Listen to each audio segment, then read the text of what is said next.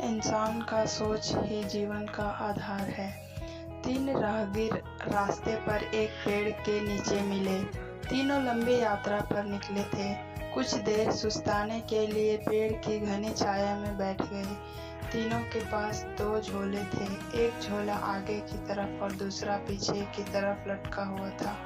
तीनों एक साथ बैठे और यहाँ वहाँ की बातें करने लगे, जैसे कौन कहाँ से आया, कहाँ जाना है, कितनी दूरी है, घर में कौन कौन है। ऐसे कई सवाल जो अजनबी एक दूसरे के बारे में जानना चाहते हैं।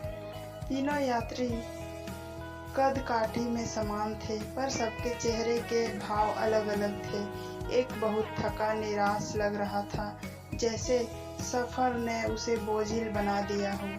दूसरा थका हुआ था पर बोझिल नहीं लग रहा था, और तीसरा अत्यंत आनंद में था।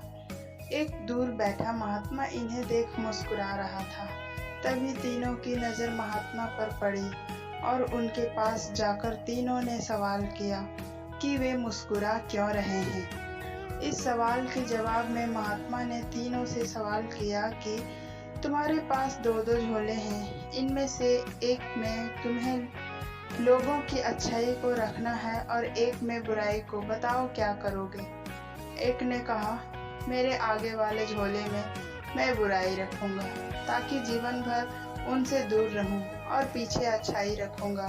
दूसरे ने कहा, मैं आगे अच्छाई रखूंगा ताकि उन जैसा बनूं, और पीछे बुराई ताकि उनसे अच्छा बनूं। तीसरे ने कहा, मैं आगे अच्छाई रखूंगा ताकि उनके साथ संतुष्ट रहूं, और पीछे बुराई रखूंगा और पीछे के थैले में एक छेद कर दूंगा, जिससे वो बुराई का बोझ कम होता रहे और अच्छाई ही मेरे साथ रहे।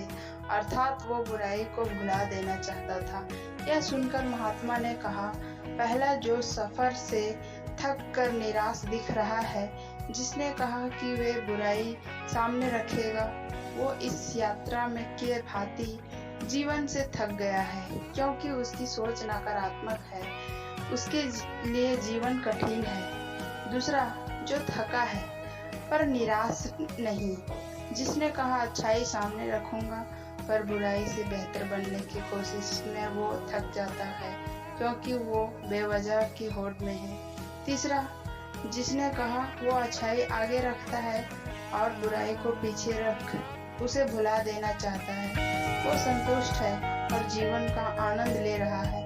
इस तरह वो जीवन यात्रा में खुश है।